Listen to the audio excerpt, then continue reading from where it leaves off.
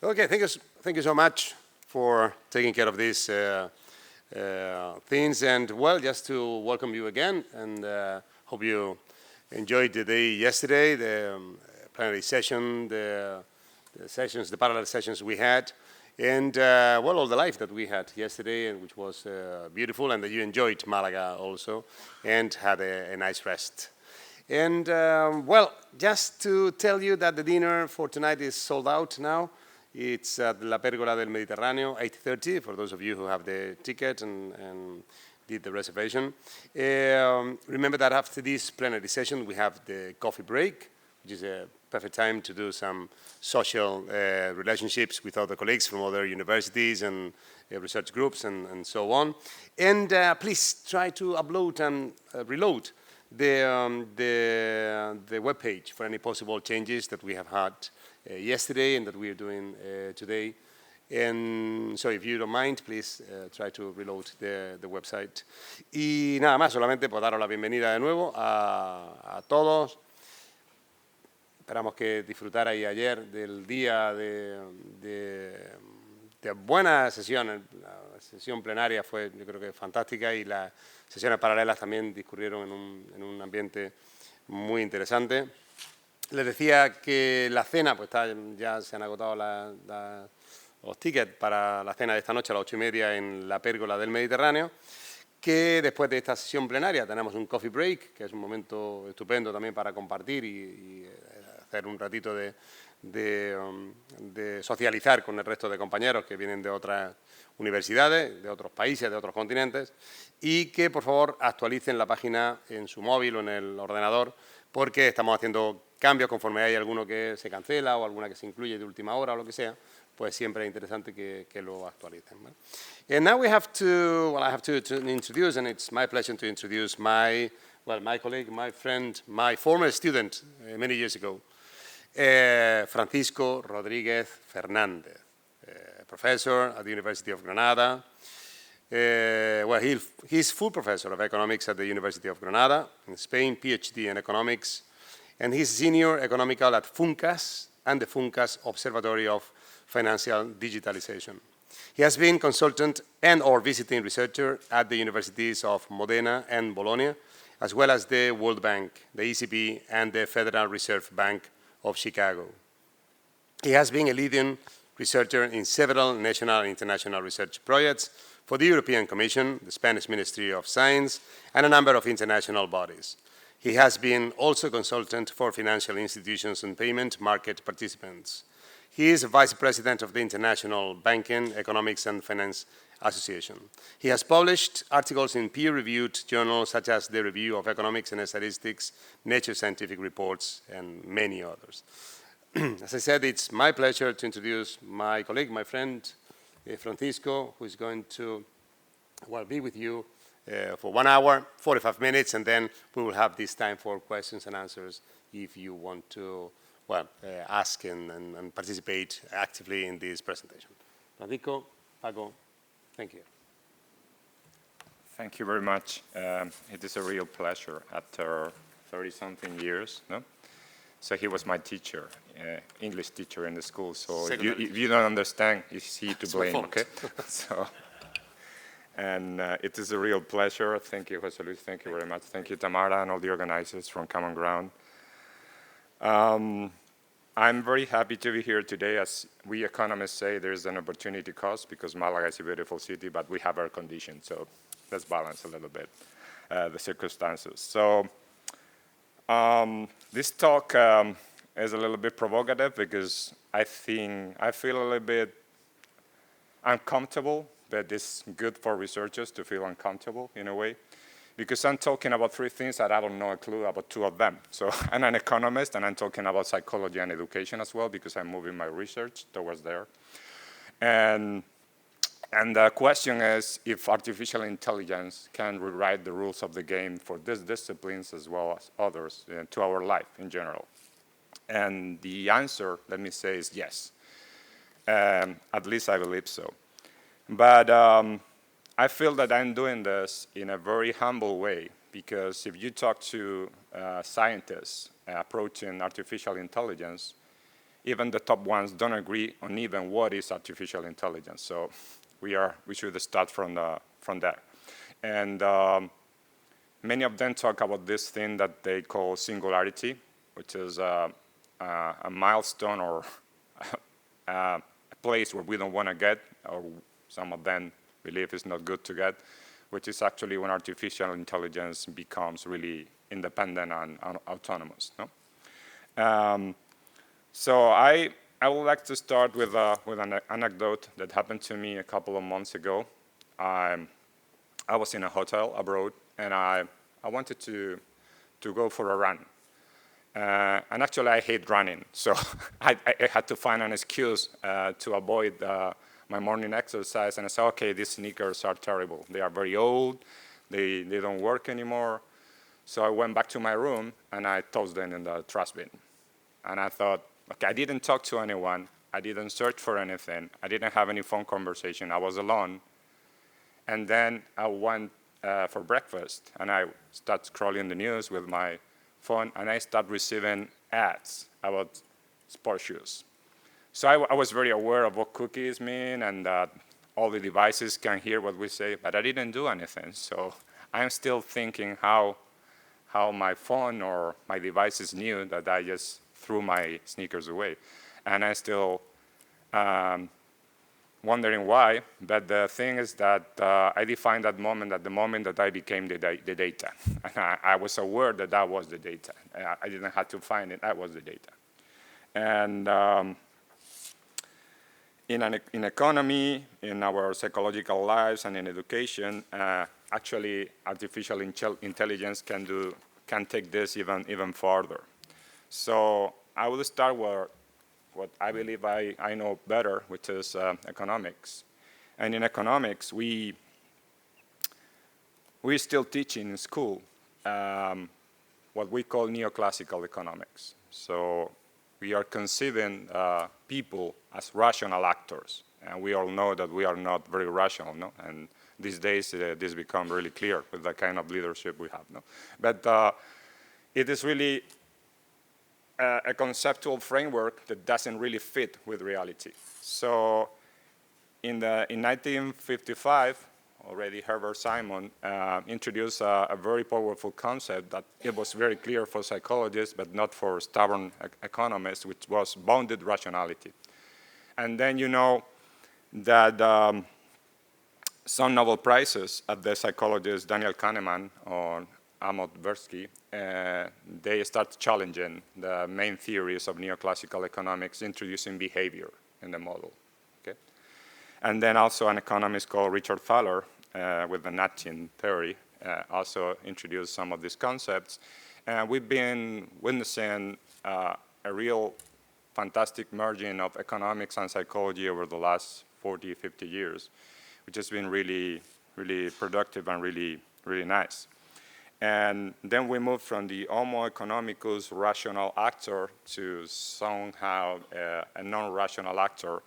And then we introduced what we call biases. And many of you probably are very familiar with this, and it's very simple for you, but it illustrates some of the things that are going on. For instance, they introduced the concept of the anchoring effect, that we stick to the first ideas that we have and we don't move from there. And then from that onwards, what we do is just finding the information that confirm our first idea, and we discard any other information. Even if it's fake news, we just stick to the information that is convenient to keep our ideas and not to change our minds. This is the confirmation bias. But also from the economic point of view, they discover some other things, like for instance, the loss aversion. And it's a very powerful concept that illustrates how we as people tolerate losses to a much lesser extent than the equivalent amount of gains. And this is something that is also illustrated in this vision that sometimes it's not that we don't want to win something, we don't want a neighbor to win it, no? So we just stick to non-rational behavior. And sometimes we criticize our children, but we actually behave like children many times, and this stick to us for a long time. Well, artificial intelligence can help us overcome this or can really trigger these biases even further. And this is very, very risky. So, for instance, in economics, we used to go to a market and see prices. And we have what we call the reservation price, which is something we should never disclose. I mean, there are some basic rules that we should teach in schools, and we never do because we don't know them. That, for instance, sometimes when you're going to buy something, a bicycle or a computer, the salesman, the first question is how much you want to spend, which is the last thing you should reveal, no? Because you're revealing your reservation price and they take you there. This is what we call the consumer surplus. And this consumer surplus is quickly disappearing because with artificial intelligence and all the information that companies have, they know exactly what to offer us. And even more, they are changing the way we think, which is even more scary. So I, for instance, fancy a lot to cook. And sometimes I'm scrolling through recipes and those things, and at a point you believe you're a great cook because you are copying what they're doing and you're buying all the things that you never use and all that, and then you are like depressed, no? But even in some services that have been known to be useful for our daily life, like for instance Uber, no? When you take a Uber, there are some algorithmic triangulation depending on the demand of the service and all that, and the price changes depending on how many people is asking for that service. It's fine, it's nice. But the drivers believe that they are in control of everything, but they are the data in that game. And drivers have also been manipulated by Uber, and there are some conflicts now that they are trying to solve. And so when we put artificial intelligence into the game, you know that we don't train artificial intelligence. We believe that when we are interacting with ChatGPT, we are training. Then training is a different thing that consumes a lot of energy and a lot of efforts. And first I told you that we were moving from rational economics to non-rational human being economics, and then we are moving to a kind of a fishing allocation, but also we are probably coming back to a Taylorist view of the man as a machine. So the question is, are we training algorithms or are they training us? No, that's the tricky thing. So I started my talk talking about the possibility of reaching singularity in artificial intelligence, and the only limit that we have to that is to remind us that we are the only singular thing that exists, and we need to keep that in mind because this is going to be part of my conclusion. At the beginning, when some of the social media companies were doing some of these things,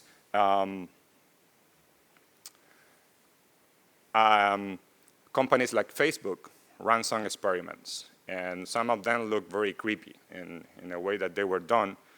But they found that people with certain ideas could be manipulated to become more radical in those ideas. And you know that sometimes this has been also found out to change the vote. No? It's not only changing our behavior, but also our behavior as voters. And this is very scary too. And this radicalization of ideas does not only last for a few months, it just it has permanent effects on some of the voters, and this is very scary too, because critical thinking has been the way we've been evolving for ages, and if critical thinking dies, we will die as well. So let me now move to a kind of a little bit. Let's go here. Let me see here. To the impact of artificial intelligence on mental health. I'm now editing a journal, and we will publish an article in September. I can give you more details if you're interested later on. That shows that the adolescent exposure, teenager exposure to broadband, to internet, to social media is really, really scary, the effects it may have on the brain. But what we find in this article is that teenager girls have 500% more possibilities of committing suicide for being exposed to social media. And this is really, really horrible. And I don't have to explain the reasons why a girl exposed is a much more delicate circumstance than a boy. But I have a 15-year-old girl, and I'm very scared about everything that is going on with this. because most of the people here, we come from a kind of environment when we were mostly analogic. We didn't have any internet. We could leave our house without a phone, and time used to go slowly, and time now goes very fast, and we are losing our reference. So let me first say that if we connect artificial intelligence to mental health, okay, let me say first that it may look different, but I'm very positive and optimistic about artificial intelligence. I promise I'll try to convince you about that, but I'm not being very convincing about that.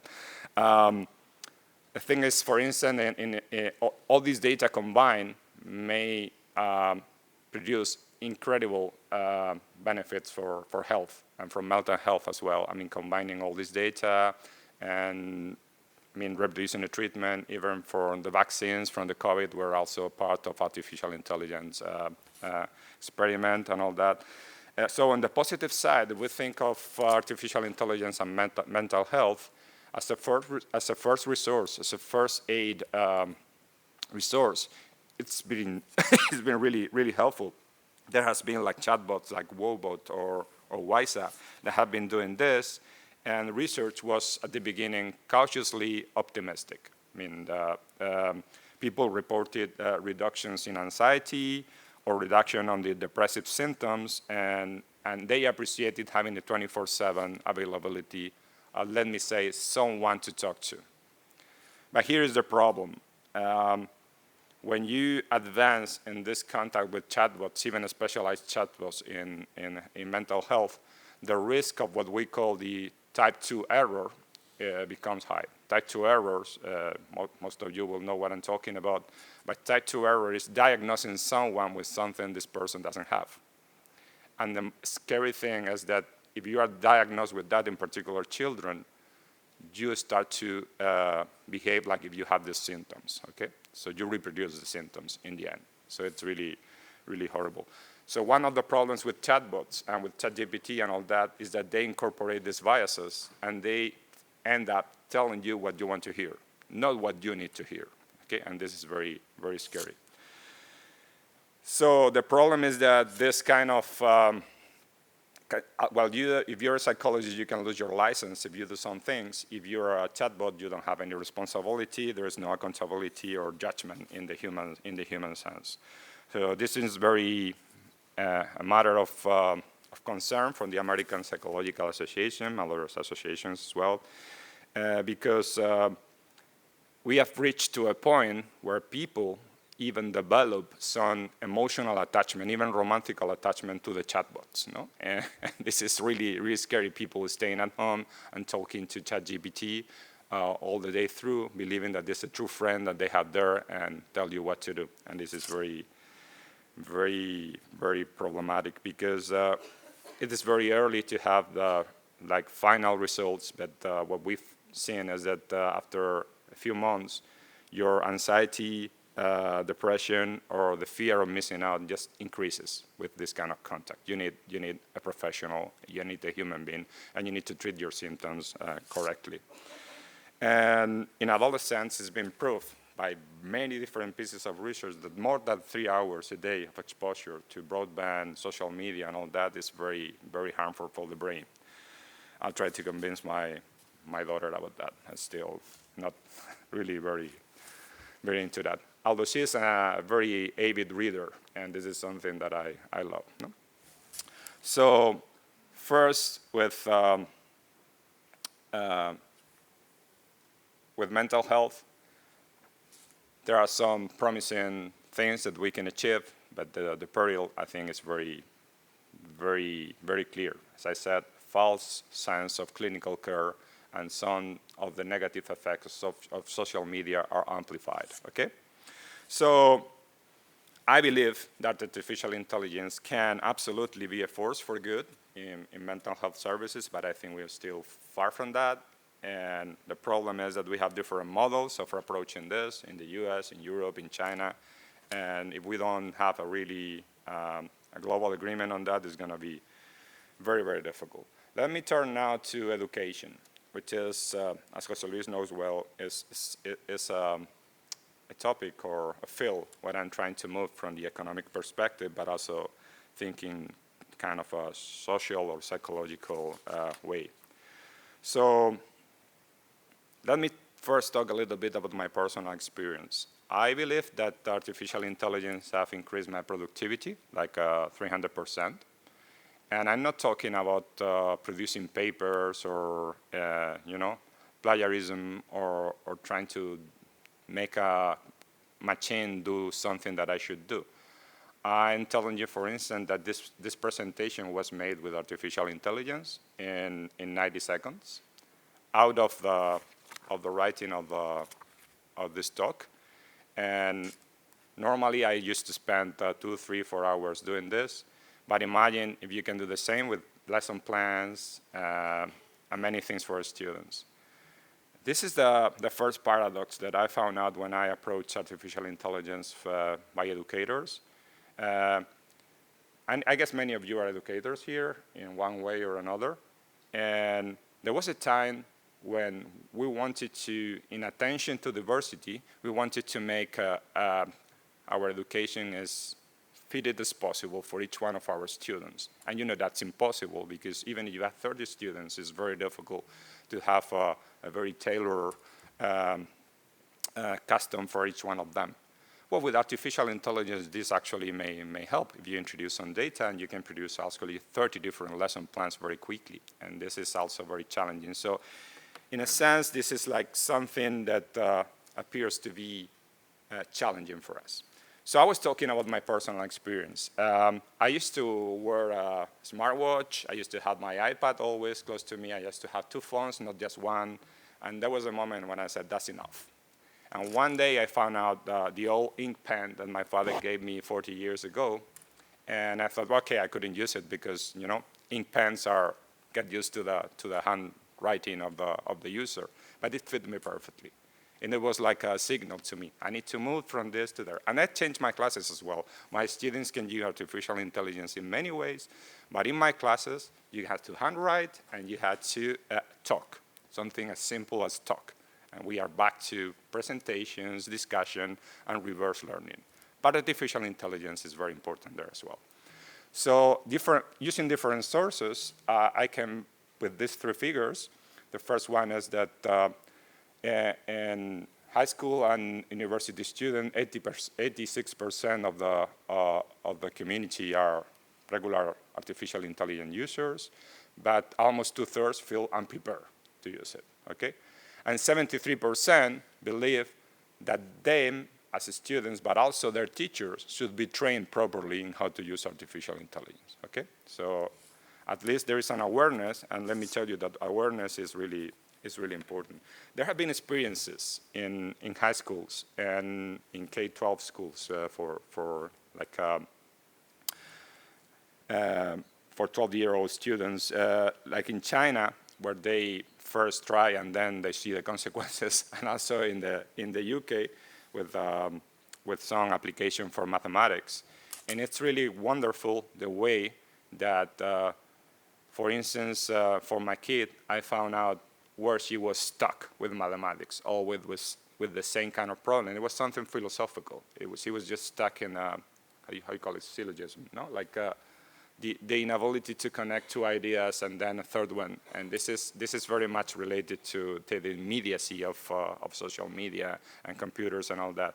But if you can detect individually what is problematic about mathematics for each one of your students, this is wonderful. And artificial intelligence can do that.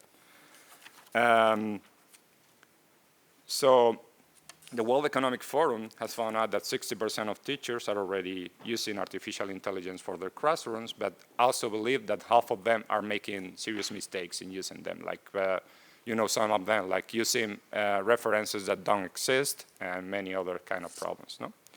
So, how are we doing in terms of time? Okay. So, schools and governments are taking different approaches to this. When artificial intelligence appeared, some teachers panic and say, okay, we are done. Okay, so we have something that can teach, we have something that can produce essays, and we cannot detect it because anytime we have a plagiarism tool, there is a ChatGPT alternative that can overcome this kind of plagiarism detection. But in the end, some school directly decided to ban artificial intelligence. I believe this is an error. I mean, if you ask something in your face, it's going to be used, and avoiding it is not going to make it better. What you have to do is training students and training teachers about that. And of course, we are lagging behind because innovation always goes faster than regulation and than preparation. But we need to be brave and try to do it. Since artificial intelligence is trained by humans, the scary thing is it also incorporates the biases of these humans in the training. So in the end, it makes critical thinking even more narrower, okay? And this is very, very scary. For instance, let me tell you that I knew from a top CEO of a bank in Spain, he or she acknowledged that they are very scared about this and the use of artificial intelligence in finance, like people sitting down in their homes and making investments, like they believe they are talking to a trader. But also, like in the US, for instance, they've been using artificial intelligence as a credit scoring tool, and artificial intelligence incorporates the same biases that some credit officers incorporate, like being racist, being, deliberately not giving credit to certain segment of populations and all that. So we need to be very careful about that. And then it comes to the institutional setting. And here I get very nervous because anytime you go to one of these institutions, everything sounds like lovely, you know? Like we want a equitable, nice, privacy protecting device, and we will all, everything sounds perfect, but they don't know what to do. There is no clear agreement on what to do. So there are principles by UNESCO since 2021, after the pandemic, on recommendation and ethics and all that, and human-centric approaches. All the words sound really beautiful, but we still don't know what are we getting. Let me also tell you that artificial intelligence, as we know it, is mostly focused on what we believe is ChatGPT and conversational tools. But in companies, in tech companies, also in companies in Spain and other European countries, we are much better in producing basic science than in applying it. And then there are many robots produced in Europe that are very powerful. But European Union regulations and also in the US, when you're using artificial intelligence, they force you to have what they call the red button panic button, okay? Just in case something goes wrong. And there have been several cases when artificial intelligent robots became violent, okay? So they had to be disconnected. So this is a matter of something which is going beyond our means, and something that sometimes is going very slow, and then from one day to another there is a giant leap. For instance, ChatGPT, the ChatGPT 3.0 version was just a simple conversational tool, not very good chatbot. When they just moved to 3.5, it was just lucky because they just combined certain databases. I'm not going technical on that, and they found out that the jump was gigantic. And that was really the moment in scientific terms. Scientists have been working on this for 40, 50, 70 years, but then the moment that ChatGPT came, this becomes socially knowledgeable, okay? And that's important. So I actually find, even if I'm not still convincing you about that, I actually find this prospect exciting because probably because of my personal experience, probably because of the very good things that we can do about it. But what I don't believe in is in institutions per se, because they are going to be very slow, and the main reason is, for instance, the European Central Bank, from the things that I'm working on banking, they are very worried that, well, there is a combination of two things. If I tell you the truth, banks are really worried about artificial intelligence and the combination of artificial intelligence with quantum techniques, because The quantic computing can really decipher any password very easily, and our security, let's say cybersecurity for most of our banks is not ready to face this kind of technology. And the combination of this is really risking the safety of our accounts. Let me say yes, this directly. So we don't know what we're getting, but we are getting there with different paces. And of course, let me tell you, for instance, that there are 3 models.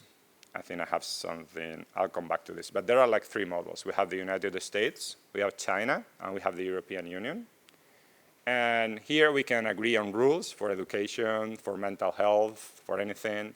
But you know, the first thing they are agreeing on is on military use, because they are all scared of what the others can do. So China is trying to propose a protocol of non-mutual aggression. And this is very scary too. So if you imagine an artificial intelligence deciding when to bomb something, it's really problematic. But there are 3 models, because I would try to put this simple. In the United States, they kind of allow innovation to go, and they are like regulating at the same time. In China, they say we are going to use this, and we don't care about privacy or anything. And if there is regulation, it's just for us and to control people's lives. And in the European Union, we first regulate and then we try to innovate. And that is difficult, because the main innovation that we had in the last few years is making it impossible to open a bottle of water, no? For instance. And this is really something horrible. But the good thing about the European Union is that finally, when the United States and China are finding the risk of using this without control, they are resorting to Europe, because we are very good in doing regulations. We are terrible in bureaucracy, but our regulations are not that bad. So they are coming back to this. But if you read any of the documents that the institutions produce, they are horrible. I mean, this sounds lovely and all that, but there is nothing specific on anything, and you feel that they don't know what they're talking about even. So we have different scenarios for this. The European Union is already passing an act on artificial intelligence, and it considers that different options. The first one is not going to happen, which is to ban artificial intelligence, and that would be a mistake, because others will do anyway. Then consider high-risk artificial intelligence. So there are some sectors like medicine, school, hiring systems, where artificial intelligence is going to be heavily regulated. Some others where they find limited risk, like chatbots. I don't agree with that. And some others where they also consider the minimal risk, which I don't agree either, which are video games, spam filters, or where they're going to have minimal or no regulation. And sometimes I'm with my kids at home, and I don't know what they're doing, if they are connected or not, and this is not going to have any kind of regulation. So I don't know. So like in other aspects of the economy, the educational system, and all that, there's a risk of fragmentation. And also, because this is a technology horse race, there's also a very high risk of that inequality increase, because some countries are going to have better tools than others, and some countries are going to have better access than others. So there are very, very significant geopolitical fault lines. Okay, so let me talk a little bit about the geopolitical dimensions of this. I was in a talk a couple of weeks ago, and I found out that it is impossible to be outdated. And I had to talk about the impact of the tariffs and the war conflicts between Iran, Israel, Palestine, and all this. And the problem is that as I was approaching the talk, the news were changing all the time. And 2 minutes before I started, the news changed again. So I thought, markets are becoming, and this is very scary too in a way, markets start to forget information. Markets are becoming independent of the news. And this is good in the sense that they don't react immediately, but this is bad in the sense, and I'm not gonna go through that unless you're interested later on. Markets are now dictating how the economy should be. I mean, finance is reigning on the real economy and not the opposite, and that is very, very serious risk. So the problem is that from the European perspective, we don't have any champions in technology. We don't have any Google, any Microsoft, or any of that. Last time we did something remarkable in that way was with Airbus, okay, as a competition for McDonnell Douglas and all these companies. But that was the last time. So with artificial intelligence, I can tell you from a very personal experience, some of the European universities, for instance, have some of the best talent in the world. They have fantastic researchers, but we don't have technology. I don't know why. It is something we should really explore. Maybe because of the bureaucracy, maybe because there is not enough investment.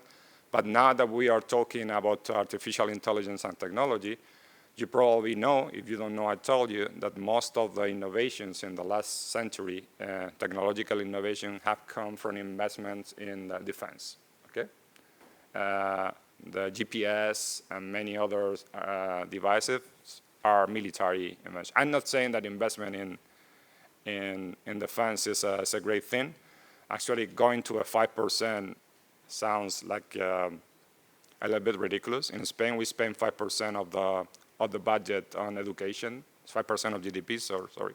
So if we spend 5% of GDP in defense, sounds like a little bit, I don't know. I'm not very convinced about that, no? So, but of course we have to increment that. I was talking about the three models, and China is a very interesting model. In China, I had the opportunity to know some of the tools that they were using in schools to mathematically train the brain of 3-year, 4-year, or 5-year-old kids. And I gave that to one of my children. It wasn't an unintended experiment. I gave it to just one of them because I only had the one for his age. I don't know if this is an effect, but he hasn't studied any mathematics, and he got the straight A's once and once and once again. It's like a natural language for them. They do that very nice in China. I mean, understanding that there is not only one way of getting to a problem, but different ways, fomenting intuition and all that. But what they don't want is critical thinking. So on the other hand, they are pushing people to get devices to have what we call super apps. When you can buy, you can identify yourself, but they track any moment and any movement and anything that you do. And this is something that we don't want in Europe. That is why there is a risk of fragmentation. This happens also in payments. Payments are everything. If a bank is the most regulated company in the world, but a bank knows everything that we do simply by looking at the credit card or debit card or what we pay. They know where we are, they know what we do, they know what are our preferences. If you allow, thank God we have regulation, because otherwise Google and Apple and Microsoft, only with the cash they have, not the powerful investment, that they could buy the 10 largest banks in the world like this. And then they will have all the information they need, financial and the personal information. And that would be not very nice, because it will get them monopolistic. But you know why they don't do it? Because they don't want to see the regulation that banks have at all. They don't want to be as regulated as banks are. And that wouldn't be really bad. So the thing is that we have a fragmented world when we have some giants in China, but they only operate in China. Then we have some also giants connected to artificial intelligence in the US, and we are the regulators. But we as Europeans should know that we've been like the reference for critical thinking for centuries. And we should stay there. And we are a market, sorry to put it in these terms, we are a market of 500 million people. And we should also bargain with that, okay?